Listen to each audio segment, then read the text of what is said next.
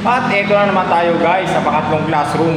Ito naman daw medyo mahirap bukas sara. Tatry natin na langisan. Baka makakuha sa langis. Hindi pa tayo bibili ng bangko. Yan. Ito, lalangisan natin. Dahil matatagal na itong mga doorknob namin.